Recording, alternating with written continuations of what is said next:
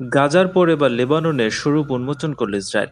বর্বর আর নৃশংস হামলায় একের পর এক প্রাণনাশের নজির গড়েছে মধ্যপ্রাচ্যের বিস্ফোরা খ্যাত এই দেশ।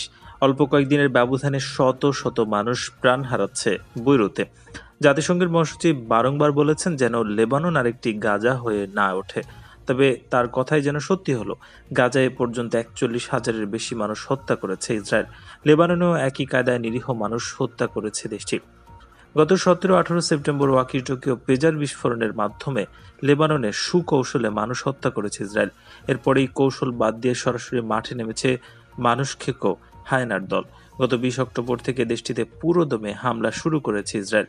মাত্র এক সপ্তাহের কম ব্যবধানে ৬২০ জনের প্রাণ কেড়ে নিয়েছে বোমা, রকেট ও ক্ষেপণাস্ত্র হামলা।